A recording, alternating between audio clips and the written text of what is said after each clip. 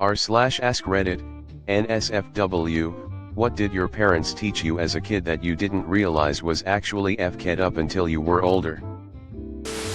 They said foster parents were all pedophiles who raped and pimped the kids they took in. My stepdad would tell us this whenever we got bruises from him hitting us to discourage us from calling social services or telling a teacher.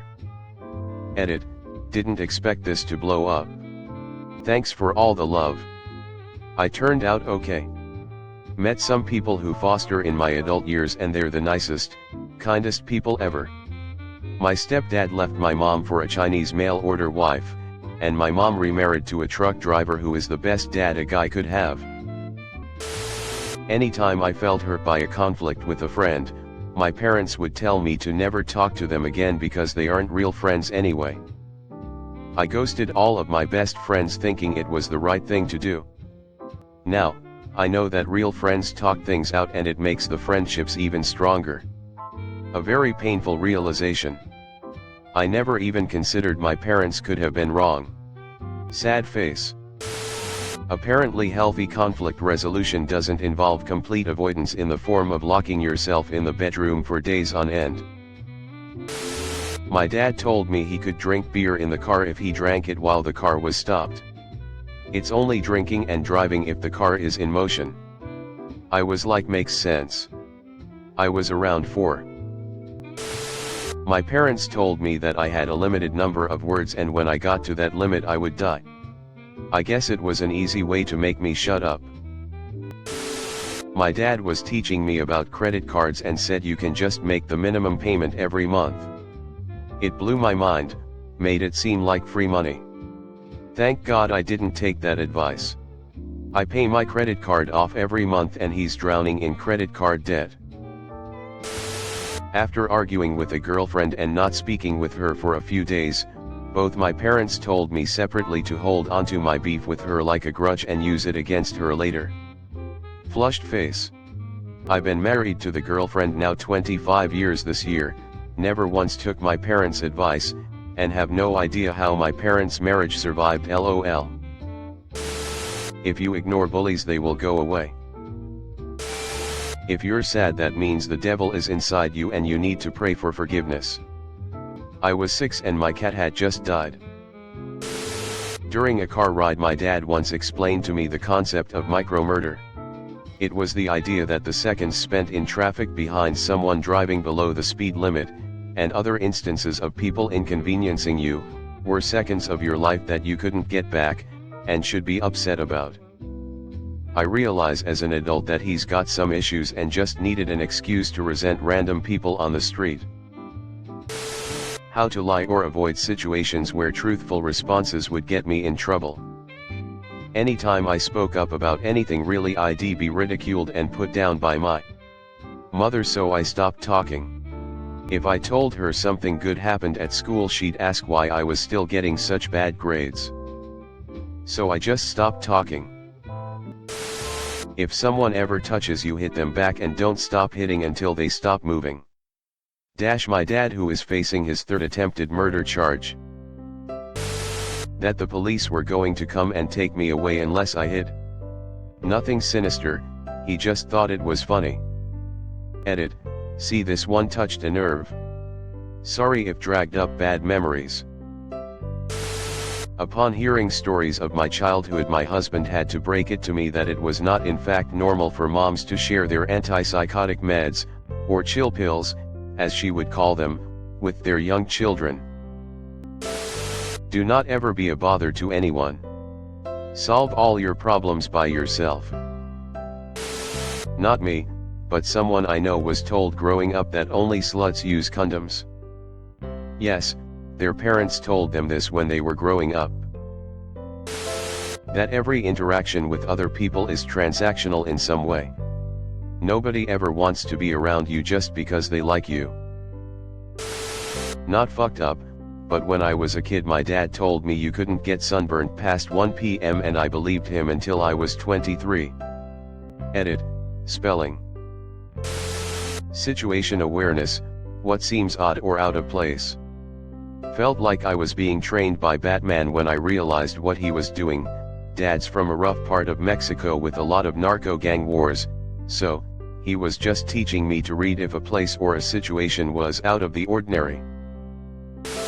Definitely not as bad as a lot of these other ones, and I know it wasn't done on purpose to be malicious, but to eat when I was sad or upset.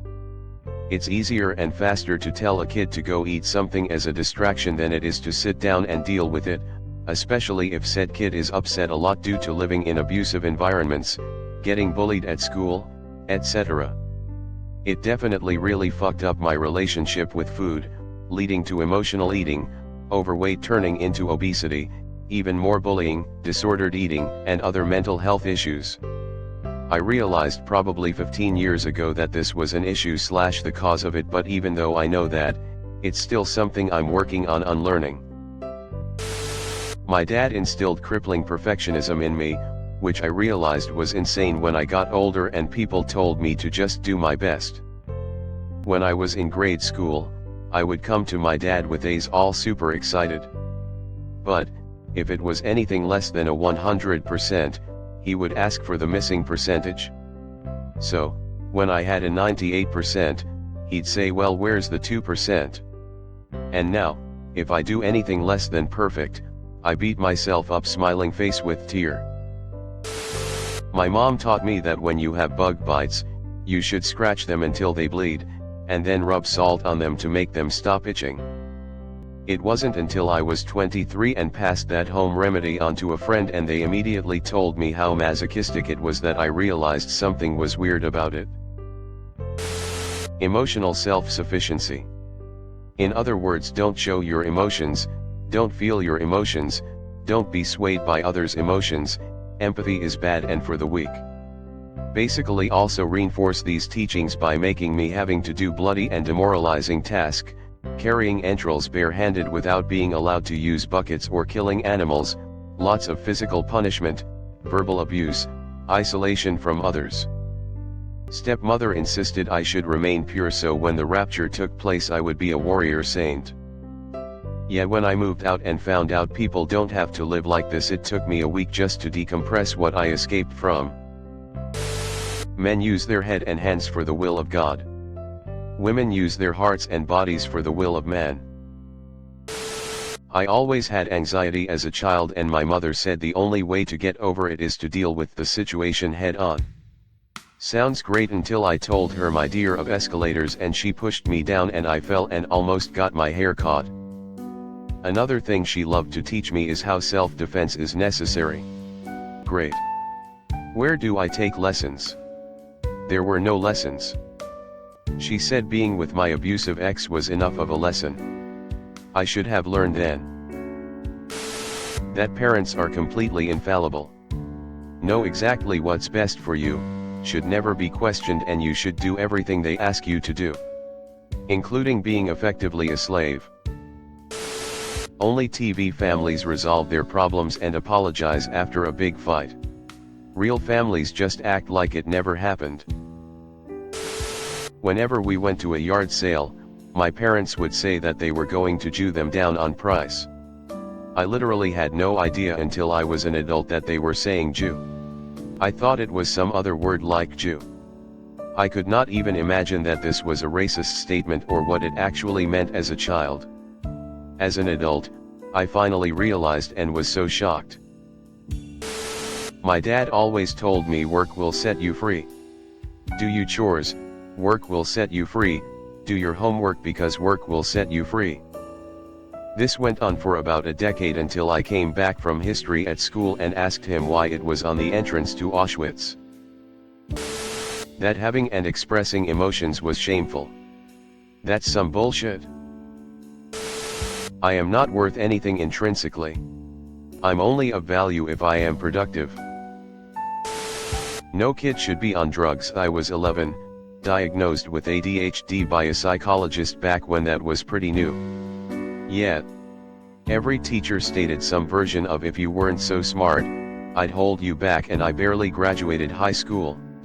Seriously thought I couldn't do math. Flash forward to 28. Get over the stigma.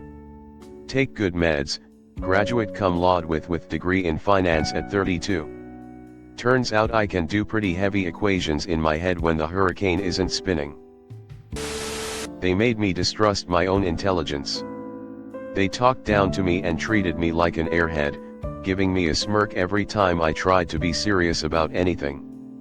It wasn't until I was an adult that I learned that I am intelligent and gained self-confidence despite the negative self-esteem they had instilled in me. To be in constant survival mode. Like as in always worrying about the end of the world. Why? Why am I constantly as a child looking over my back in fear of what I will offer to a group if the apocalypse happens? Weird stuff. I thought I was savvy in bunker mode, but really it's trauma-inducing. Parents and other related adults would give me awful shit anytime I didn't want to kiss/hug my male cousins and relatives or deal with them physically touching me to wrestle or play, saying that I was hurting their feelings. Basically just teaching me that my feelings didn't matter about my own body. You have better balance, so you, the 10-year-old, should climb up on the roof and clean the gutters and sweep the chimney.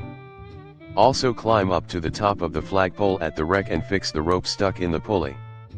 And install new gutters, but I was 13 by then. If someone gets in a fight with one of your older brothers, find a brick and hit them in the back of the head. Actually, I knew that was a bit fucked up back then. Keep secrets to protect family. No matter what they are. Once a year, a fat old man sneaks into our house, eats our food, leaves me gifts, and kisses my mom. Brazil nuts. I was 14 before I knew what their actual name was. We lived in a normal, mixed community with no racial bias, in general. Family always called them nertos. I legitimately thought that's what they were called. As I got into my early teens, I knew it was a bad slang term, but my older family members always called them that. Then a close friend explained it all to me. Sex is sinful and you're a slut if you let boys look at you. Quote from my mother, and a good beating came with it because a boy smiled at me when I was 9. Ice cream truck turns on the music when they're out of ice cream. That if you're not bleeding, vomiting, or broken, you don't get to cry about it. That you are at least partially to blame for anything bad that happens to you. Get beat up by a bully? It's at last partly your fault and you're to be blamed and punished for it. Get bit by a dog? It's at last partly your fault and you're to be blamed and punished for it. Accidentally step on a nail, cut yourself, fall, have an asthma attack. It's at last partly your fault and you're to be blamed and punished for it. A few years ago my younger brother, we are in our 30s now, was out on the town at night and got mugged. I had to drive him to the hospital. I started blaming him for it and had to pause and ask myself, WTF was I thinking? And right then and there had an epiphany that the way we were raised was totally screwed up. In an effort to teach me to be considerate, or not selfish, I guess, my dad said, "Love yourself" last more than a few times to me. That's a mess I've been untangling for about 35 years. My dad basically conditioned everyone to hide in the room when he had guests over. Now as an adult I have to fight the urge to not hide in the room when we have guests over because it's considered rude or whatever. I remember my sisters and I all getting a talk about how when women dress provocatively it's her own fault if she were to get our *ped. Men can't help themselves, which is why my family had such a strict dress code. When we bought new clothes we would have to go show my dad and he would make us walk around, sit, stand, and then decide if it was appropriate or not. It really didn't settle in just how gross that whole thing was until I got older. Lost cause movement. My mom still tries to correct me when I call it the American Civil War. My grandma told me that June bugs would crawl in my ear, eat through my eardrum, and lay eggs in my brain. There wasn't an unless you do _______, it was just a fact. I still put my hands over my ears if there are lots of flying bugs around. ETA, my mom taught me how to break into a house with a driver's license. My uncle told me how to stop a bully by punching them in the throat, hard as I could. My grandma told me cats are the devil and eat their kittens' sans heads for fun. That it's totally okay to abuse everyone and everything around you, if you aren't physical with them. Once mentioned when I was like 10 that I just won't have sex until I'm married. BC, that's what they taught me in religion class, Catholic school, and my mom just casually said, well, you can't do that. BC, Catholic men have needs too. This was a difficult one to unlearn. Load your bullets into the magazine with gloves on so you don't leave prints. Always thought it was to keep the oil from your fingers off them. Thanks for watching. Leave a like if you have enjoyed this video and subscribe to never miss an upload.